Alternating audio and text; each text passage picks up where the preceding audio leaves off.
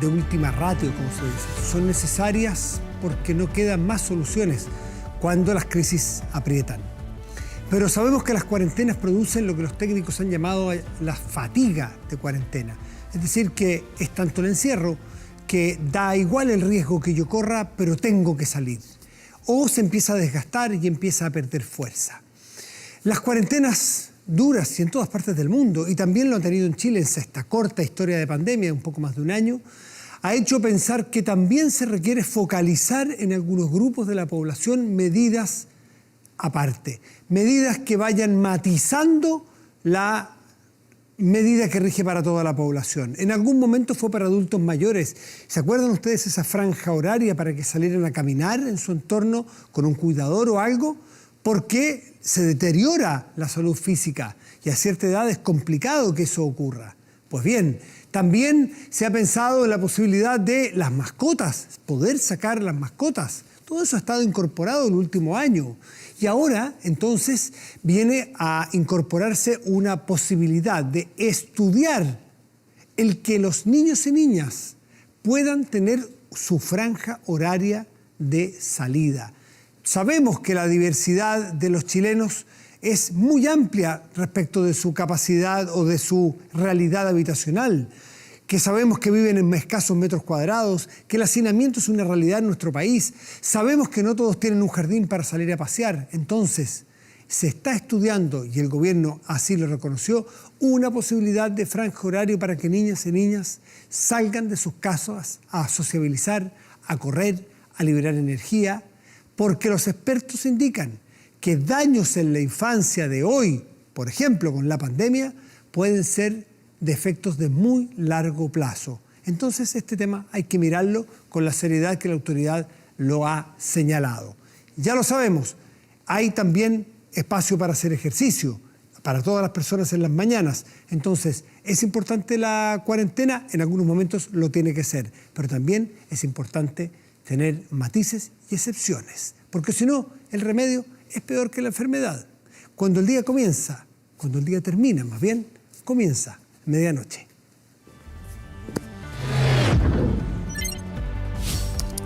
Medianoche. Y hay que cuidarse, que duda cabe, porque las cifras son preocupantes y todavía no entramos en la fase quizás más compleja, ya sea por clima o también porque todavía no está el periodo cumplido de donde los grupos de mayor riesgo están con todas las dos vacunas y los 15 días después de la segunda vacuna cumplido. Es decir, nos quedan 2 semanas muy críticas probablemente.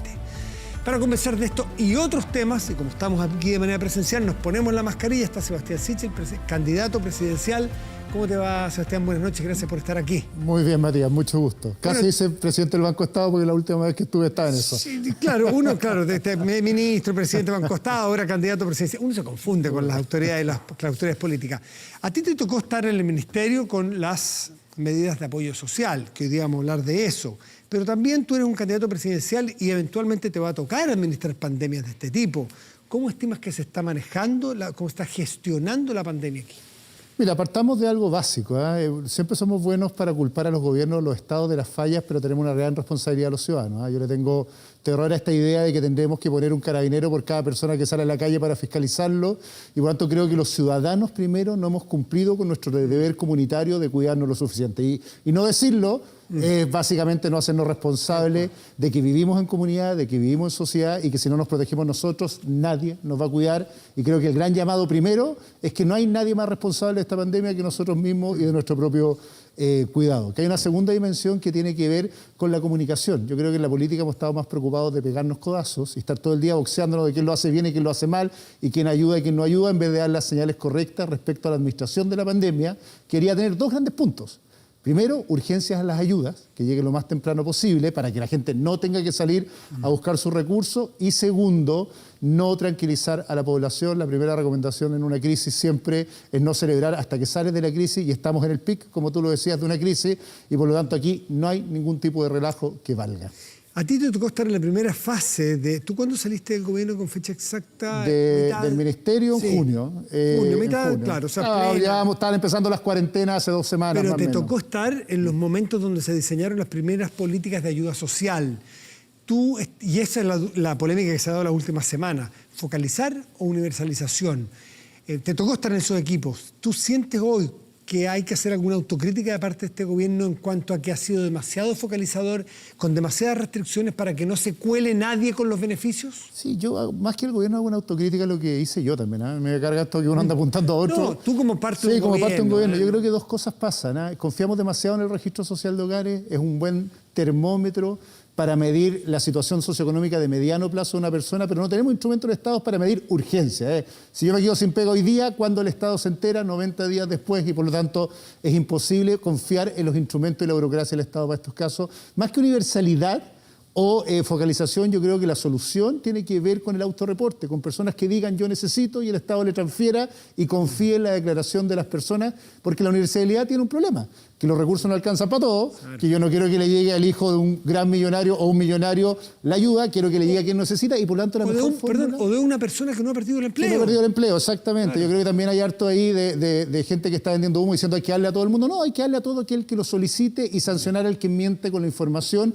El bono clase media, el primero, avanzaba en ese sentido. Nos encontramos la sorpresa en el banco, que más de, no me acuerdo cuánto, pero 1.000 personas habían falseado información, finalmente 22 terminaron siendo despedidos, y eso demuestra finalmente que es mejor sancionar después, pero que todos los que recibieron el bono y declararon necesitarlo, lo reciban y no al revés, confiando en la burocracia del Estado, que deja mucho que desear en casos de crisis. Bueno, parte de las propuestas que tú estás empezando a sociabilizar tiene que ver con modernización del Estado, tema que también es muy manido, manoseado, y uno pierde la esperanza en que se pueda hacer. ¿Por qué Sebastián Sichel va a ser capaz de modernizar el Estado? Dos cosas, y para cerrar lo de la crisis, ojo, un llamado también a que el Estado tiene que hacer más, pero un llamado a los privados que pueden hacer más en estas cuarentenas, cosa que también pasó en la crisis cuando empezó las cuarentenas. Yo estaba en el gobierno. Creo que la postergación del pago de cuentas, no solo las sanitarias, sino las eléctricas, las de telecomunicaciones y las de Internet, es vital en esta etapa, y ojalá los privados sean generosos o abran esa posibilidad para quienes están sin pega, y lo mismo con la postergación de los créditos FOGAPE.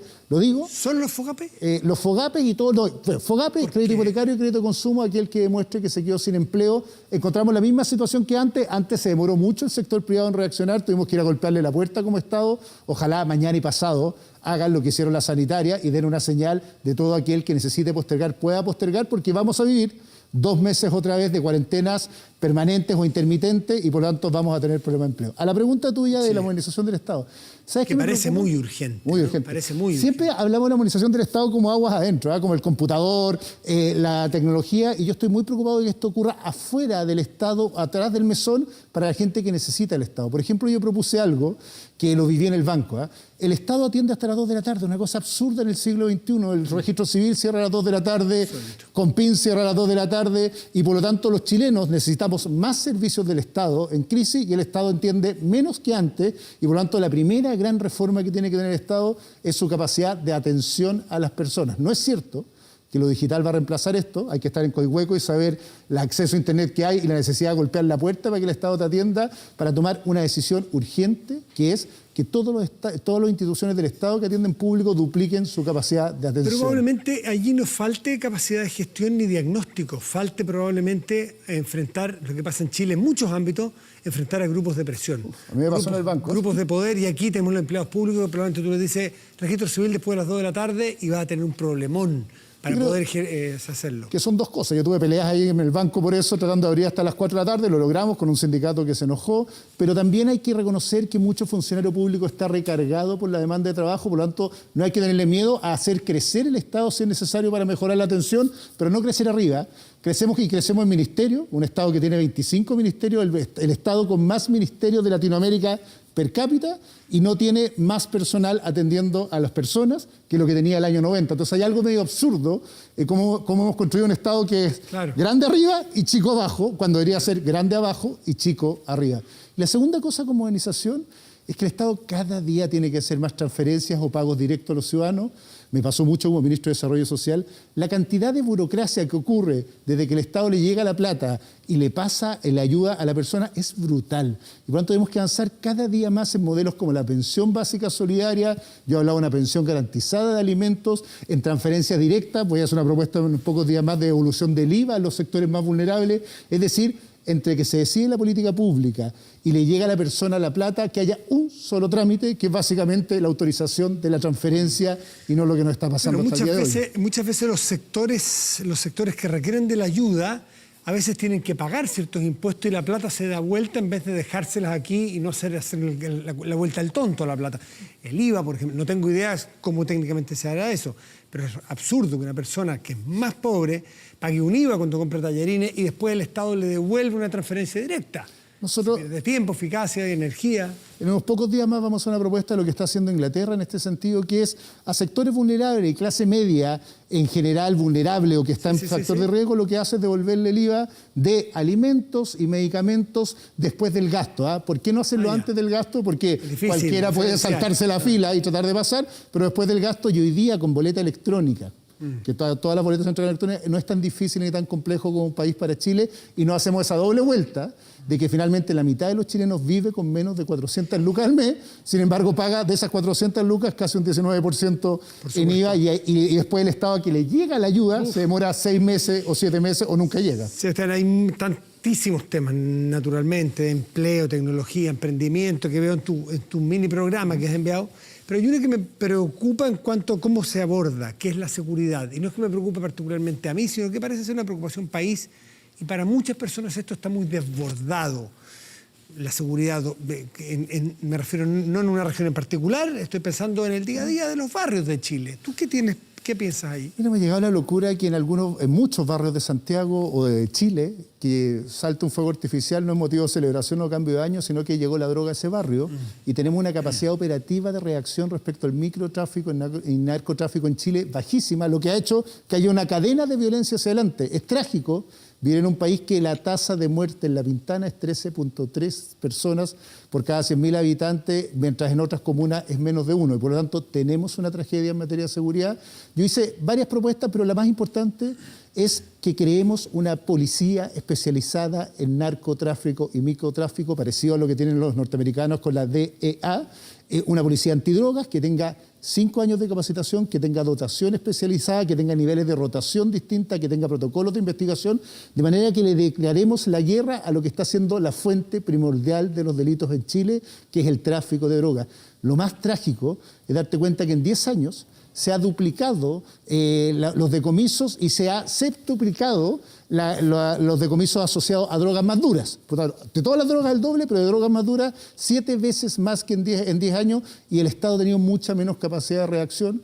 Yo me leí entero el informe de la Fiscalía sobre penetración de narcóticos y tenemos que asumir algo que los políticos no nos gusta asumir y probablemente porque no vivimos en los barrios que esto pasa, que es que el microtráfico llegó y lo tenemos que combatir directamente con herramientas y policías especializadas. Campamentos es otro problema que ha crecido de manera violenta los últimos 3 meses, violenta en la cifra, no es que haya más violencia, no quiero segregar a las personas que allí viven, un crecimiento severo, amplio, importante.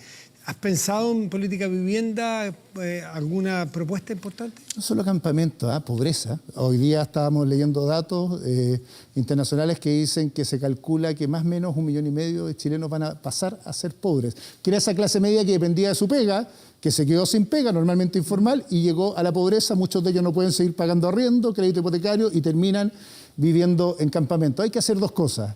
La más importante, lo dije, que el Estado cada día más ayude con ingresos y complemente ingresos a las personas, porque es una forma finalmente de generar vida, también, ojo, generar pega. O sea, esta mirada como del siglo XXI de algunos que dicen las empresas, los empresarios, necesitamos empresas que generen más empleo en el mediano plazo y en materia de vivienda, el Estado es el principal dueño de tierra en Chile, el principal dueño. Y mucha de esa tierra o de propiedades no está disponible para la construcción de viviendas sociales. El Estado va a tener que tener como prioridad que los terrenos fiscales se usen para construcción de vivienda. Un comité de vivienda te lo diría más simple. Sabe que llevo 10 años esperando que aparezca un terreno al precio que yo puedo pagar como comité. Y el Estado tiene. Y el Estado tiene ahí al lado, mira lo que pasa en Los Barnechea o lo que pasa en Santiago Centro, tiene un Estado ahí al lado que está especulando con ese terreno en vez de construir viviendas sociales. Además, y esto quizás es el desafío más grande, de políticas en serio de integración social. No ejemplares con un edificio en la comuna, sino que planes reguladores exijan que por cada edificio haya departamentos asignados para subsidios de clase media o subsidios sociales, de manera de ir compensando y equilibrando una ciudad que se ha ido generando una ciudad de guetos, en que vivimos en lugares distintos y no tenemos cohesión social. Muchos temas quedan, pero el tiempo es escaso. Habrá otra oportunidad, Sebastián Sichel. El 18 de mayo, me contaste, inscriben las candidaturas. 18 de julio es la primaria. Sí, y estoy esperando que me inviten formalmente lo antes posible a participar en la teleserie primaria. Esa teleserie dejémosla afuera, pero es interesante. Porque es de los políticos. No, pero de los independientes más que los políticos. Gracias, Sebastián. Muchas gracias, Matías, que esté muy bien. Hacemos una pausa y volvemos. Espérenos.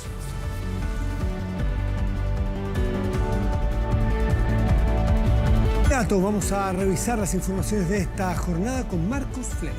Gracias, Matías. Vamos con las informaciones. El gobierno anunció que las restricciones de ventas para productos no esenciales solo se va a extender hasta el día 15 de abril, por lo que el comercio podrá volver a funcionar a través del delivery desde las 21 horas del próximo jueves.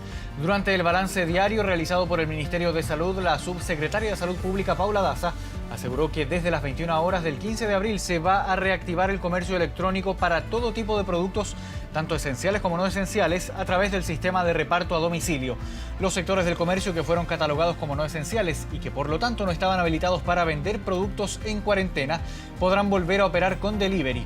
La autoridad reconoció que la situación actual del país los llevó a tomar estas drásticas medidas que durante la próxima semana llegan a su fin tras el cumplimiento de este plazo de 15 días que se había establecido. También hemos tenido que disminuir los permisos únicos colectivos y también hemos tenido que definir los bienes esenciales y delivery. El aeropuerto, la medida del aeropuerto es durante todo el mes de abril.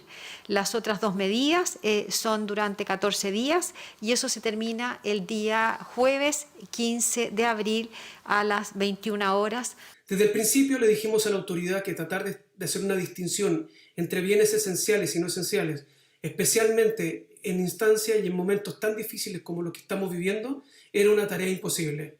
Por lo tanto, revertir esta medida irá en directo beneficio del bienestar de las personas, del comercio formal, así como de las pymes del país.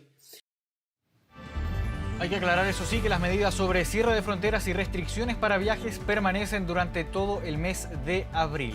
Y un nuevo récord anotó la cifra de contagios diarios de coronavirus, 8.195 casos nuevos en las últimas 24 horas. La presión sobre las UCI sigue al máximo mientras continúan los cuestionamientos sobre la trazabilidad de contactos estrechos. La cantidad de muertes asociadas al COVID ya se acerca a las 24.000.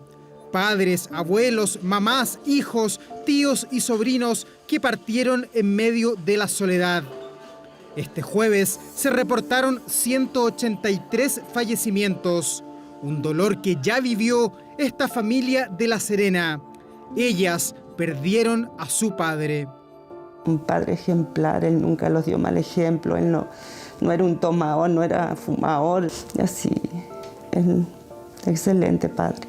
Tú lo veías y él era muy sano, caminaba, o sea, igual andaba con su moletita, que era su único dolor que él tenía, pero en sí él andaba por todos lados, hacía reír a la gente. Julio Gómez fue enterrado bajo estrictas medidas sanitarias. Ahora el temor está instalado en el resto de la familia. Hay otros 3 contagiados. Mi hermano está muy mal en el hospital. No se los doy a nadie. Por favor, cuiden su familia, cuiden a su padre. No hagan fiestas, no salgan. Esto es terrible. Tomen conciencia. Hay mucha gente, aparte detrás de ustedes hay una familia, hay niños chicos, hay abuelitos. Tomen conciencia, que esto no es un juego. Las cifras de contagio no dejan de sorprender y ahora anotaron un nuevo pic. En las últimas 24 horas, 8.195 pacientes dieron positivo, casi el doble de lo que había a fines de enero. Generalmente despertamos sin ninguna cama y con el correr de las horas tenemos que tratar de hacer algunos movimientos internos, ¿no es cierto?, para ir dando cabida a los pacientes que están quedando hospitalizados en la urgencia o que están siendo derivados de otros centros asistenciales. No todo el mundo es hipertenso, diabético, superobeso, como pensábamos que eran los factores de riesgo principales, sino que más bien es gente incluso delgada, en buena condición física y de repente por alguna cosa que todavía no tenemos muy claro, está cayendo gente entre 20, 22, 30 a 40 años. Mientras la OMS recomienda una trazabilidad de 5 personas por cada paciente contagiado, en Chile se llega solo a la mitad. El Colegio Médico y otras instituciones alertaron por la lentitud del proceso. La trazabilidad sigue siendo el talón de Aquiles del manejo de la pandemia. A lo menos hay un porcentaje importante de municipios que ni siquiera están realizando la trazabilidad. Creemos que mientras no podamos fortalecer esta estrategia, la pandemia va a seguir cobrando casos. Estamos fortaleciendo la estrategia de trazadores en terreno. La llamada telefónica nos permite hacer una buena investigación, pero muchas veces no se da toda la información y es por eso que lo que estamos hoy día haciendo es teniendo trazadores en terreno, que vayan a las casas a hacer la investigación epidemiológica en el terreno. El uso de las camas críticas también sigue al límite. Un paciente derivado de otra enfermedad permanece en promedio 7 a 10 días en la UCI. Quienes tienen COVID pueden estar meses conectados a un ventilador. Por eso, hoy más incluso que antes, hay que cuidarse. 2 locales terminaron con sumarios sanitarios este jueves tras denuncias anónimas. El primero fue un gimnasio que estaba con trabajadores en su interior pese a las restricciones por cuarentena, y el otro, un supermercado que habría estado operando con 28 personas contagiadas. Si él me dice, yo soy profesor de educación física, trabajo para Pacific, y viene con un permiso que dice cerra actividad, yo estaba fuera de todo esto. Hay algo que Pacific claramente no está haciendo bien. Un llamado anónimo al municipio de Providencia encendió las alarmas. Se trataba de una denuncia contra un gimnasio que estaba operando pese a la prohibición por cuarentena.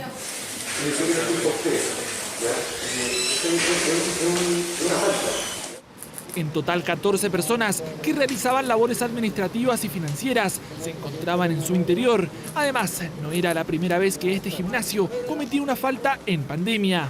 Al ver nuestra presencia, estas personas por miedo se escondieron en las oficinas. Fue bastante difícil el proceso porque tuvimos que, en el fondo, convencerlas de que salieran de las oficinas para poder entrevistarlas y ver qué pasaba efectivamente. Lo particular es que se pudo verificar que si bien todos portaban permisos únicos colectivos, eran de servicios de seguridad, funciones que no coincidían con lo que estaban realizando. Ellas son las víctimas.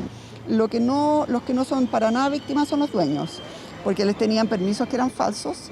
Se suponía, digamos, que eran guardias de seguridad, no son guardias de seguridad, eran personas que estaban haciendo labores administrativas. Protocolos que no se estarían cumpliendo para algunos trabajadores y que preocupa incluso a aquellos que sí están autorizados a operar. Me encuentro acá en el local Pedro Fontoa, fiscalizando el local, ya que nos enteramos por voz de los trabajadores que hubieron más de 10 contagios positivos acá en este local. Fue una de las denuncias que subieron a redes sociales representantes del sindicato de Walmart, que acusaban una serie de contagios en uno de sus locales de Huechuraba, el mismo que hoy está con sus cortinas abajo. Apareció gente contaminada, quiere decir funcionarios o trabajadores y tomaron al tiro la decisión de cerrarlo y mandaron un comunicado a través de los mismos vecinos. Que está malo, porque tenían que haber tomado todas las precauciones.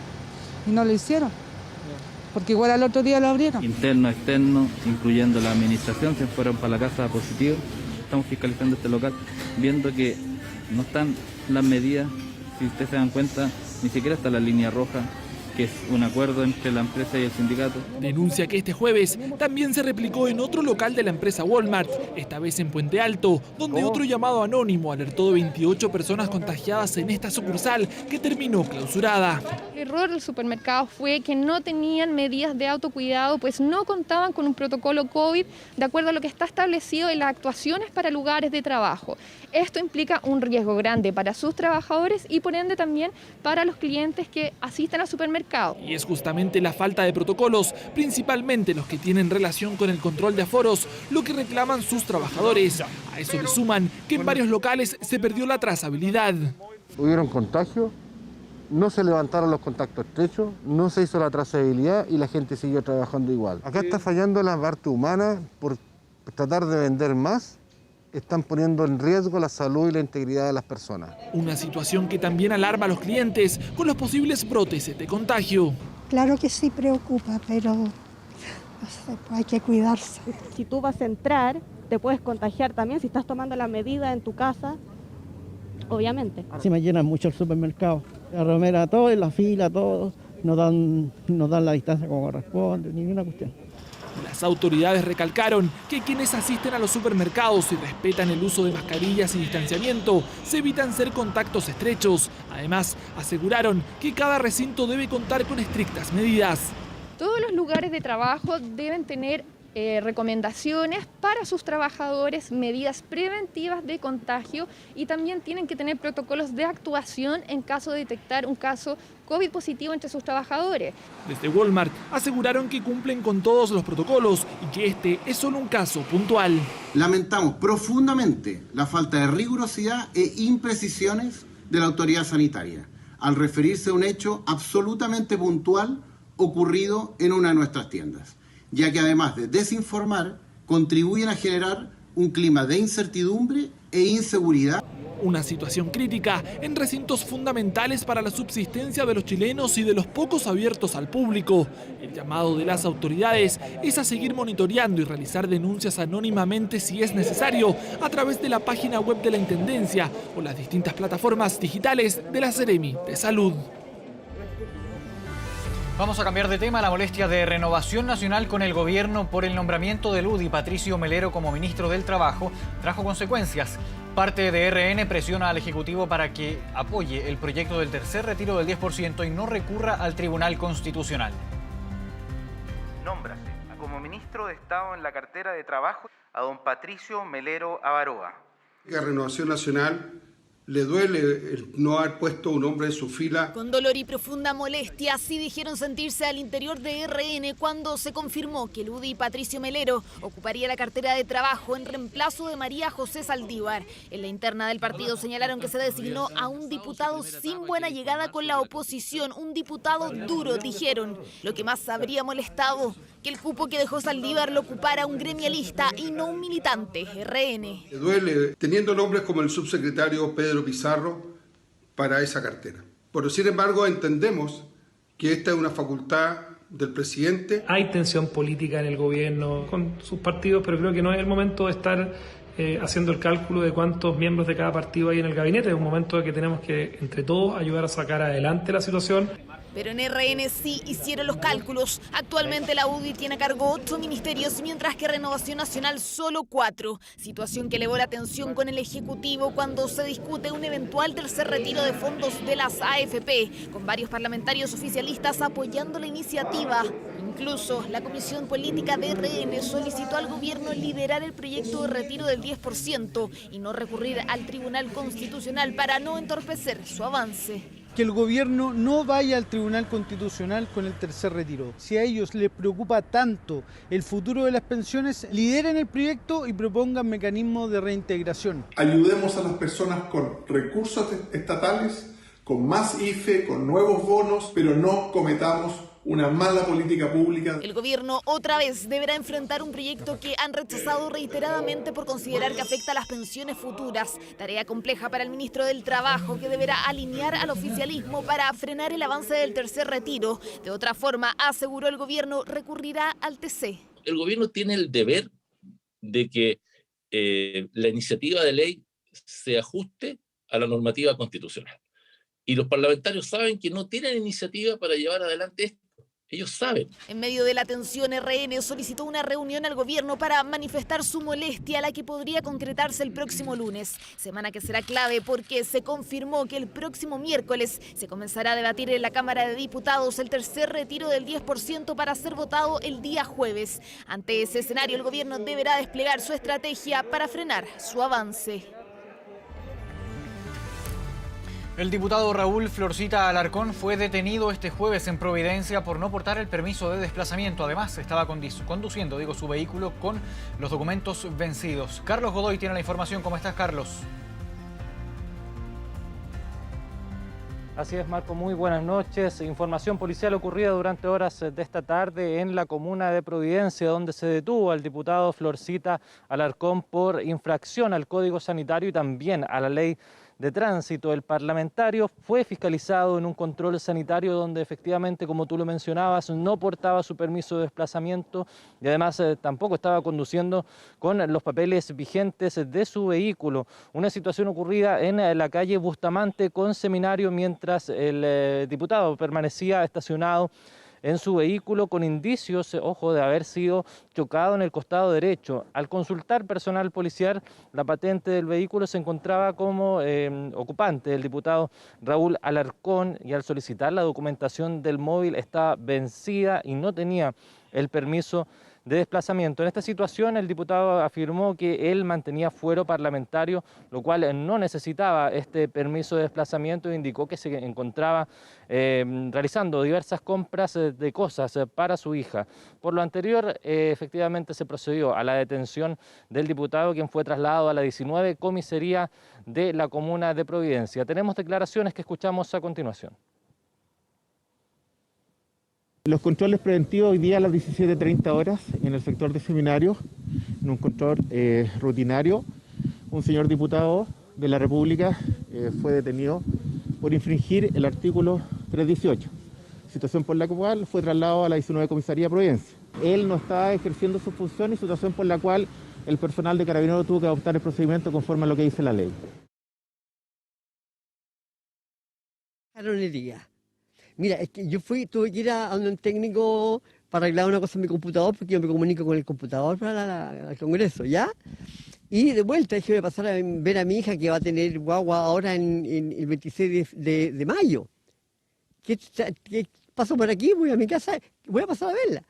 Y después se acercó Carabinero y me dijo, ¿sus papeles? Y de repente, no tengo revisión técnica. Yo pensé que la revisión técnica todavía cerrada. Y le dije, vengo a ver a mi hija, pero usted, esto no es actividad parlamentaria, me dijo, no. Entonces, pajaronería segunda, yo no sabía que después de venir de donde me arreglaron el computador, yo podía pasar a ver a mi hija, ¿ya? Ahí escuchábamos esas declaraciones y vamos a continuar revisando información policial. Nos trasladamos hacia la comuna de Pirque, donde se concretó la detención de 24 personas que se encontraban participando de una fiesta clandestina, todo esto en un domicilio particular. Procedimiento desarrollado en conjunto con Carabineros y también con la Municipalidad de Pirque en el sector de Cuatro Esquinas, donde los funcionarios policiales detectaron que en un domicilio que mantenía una fachada de local de comida de sushi se encontraban compartiendo todas estas personas sin respetar las medidas sanitarias y los aforos permitidos establecidos por la autoridad sanitaria en los momentos de pandemia en nuestro país. Por esta razón ellos procedieron a entrar al domicilio y efectivamente concretar la detención de estas personas. Se logró la incautación de una gran cantidad de bebidas alcohólicas, también droga, dinero en efectivo, como ustedes lo pueden apreciar en las imágenes, y estas 24 personas están a la espera de la resolución por parte del Ministerio Público para determinar por qué delito estarían infringiendo esto, si pasan por el artículo 318 o si algunos quedan apercibidos. Tenemos declaraciones en relación a este tema ocurrido durante horas de esta noche en la comuna de Pirque y las escuchamos a continuación. Se logró la detención de 24 jóvenes, los cuales se encontraban realizando una fiesta clandestina en un domicilio particular, en el sector de Cuatro Esquinas, sector Pirque. A raíz de esta misma información, Carabineros concurre al lugar y en situación de flagrancia logran ingreso a este domicilio, encontrando en el lugar una cierta cantidad de jóvenes, a los cuales se logró la cantidad de 24 detenidos. En el lugar se sorprendió también consumo de alcohol, drogas y una cantidad de dinero.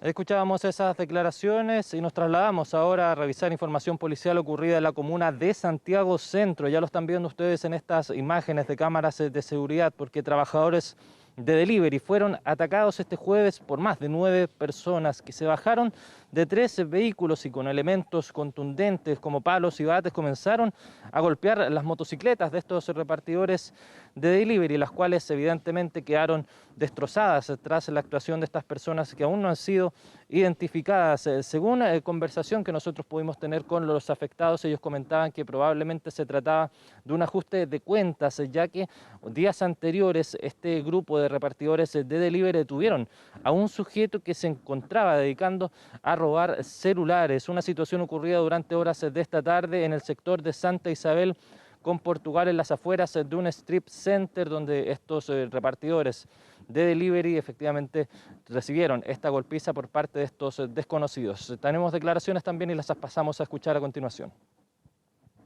Llegan estas personas, como 3 vehículos grandes, un carro, una camioneta, un Spark, y se bajan con fierros, ¿vale? Y empiezan a todas las motos a caerle a batazos, por decirlo así. Uno se bajó con un bate y empezó a partir a todos nos vimos afectados porque esa es la manera de trabajar de nosotros. Estábamos ahí con varios compañeros y alrededor de las 6:30 de la tarde. Y cuando nos percatamos que se paran 3 vehículos, una camioneta, un auto pequeño y un auto tipo sedán también, y se bajan varias personas, alrededor de 10, 12 personas, con palos, fierros, tubos, un bate, y sin mediar palabras comenzaron a tumbar las motos. Escuchábamos esas declaraciones, es parte de las informaciones policiales que estaremos ampliando en 24M y en las próximas ediciones de 24 horas. Marco. Gracias, Carlos, por el informe. Buenas noches. Y nosotros vamos a la pausa, ya volvemos con más noticias a medianoche.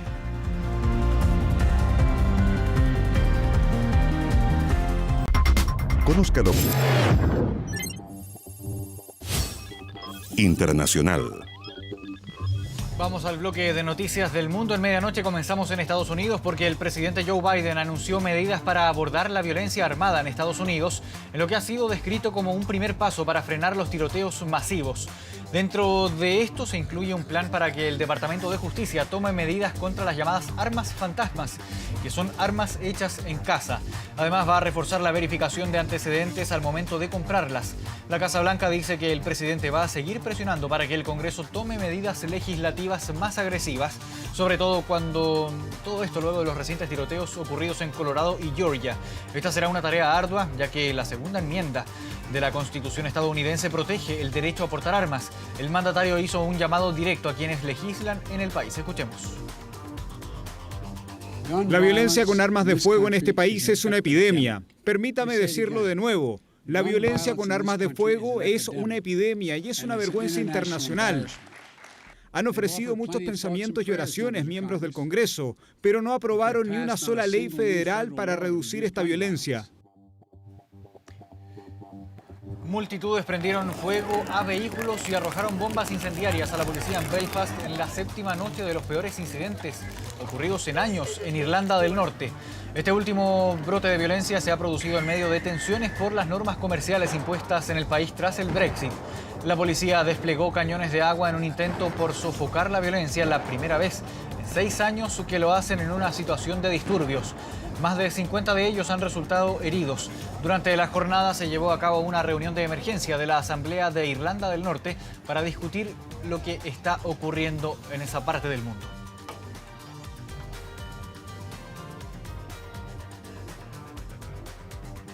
Dos de la madrugada con 22 minutos. Cerramos de esta forma el bloque informativo de medianoche. Matías del Río. Muy bien, Marco, muchísimas gracias por esas informaciones. Vamos de inmediato a revisar nuestra pantalla principal del estudio y nuestro portal de noticias 24horas.cl, que tiene como principal información una noticia que para muchas familias chilenas va a ser de vital importancia, como es de vital el agua y los servicios básicos.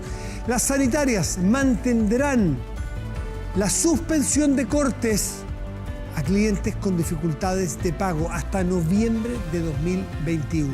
Son varios meses de alivio para esas familias que están con problemas para pagar sus cuentas, familias que son responsables y que en casos normales pagan sus cuentas, se hacen responsables, pero por las circunstancias actuales les es imposible muchas veces. Entonces, aquí hay una medida muy útil. Vamos a revisar el tiempo para hoy. En Santiago tendremos cielo despejado y una máxima probable de 24 grados. Lleno Valle, región de Coquimbo, tendremos también cielo despejado, pero una máxima probable de 25 grados. Con esta información nos despedimos, les agradecemos su compañía, les deseamos que estén muy bien, que se cuiden. Estamos en semanas claves, críticas, podemos hacer la diferencia, podemos ayudarnos y demostrar que no somos 17 millones de personas que andamos cada una por su lado, sino que somos 17 millones de personas con propósitos comunes. Muy buenas noches y gracias por venir.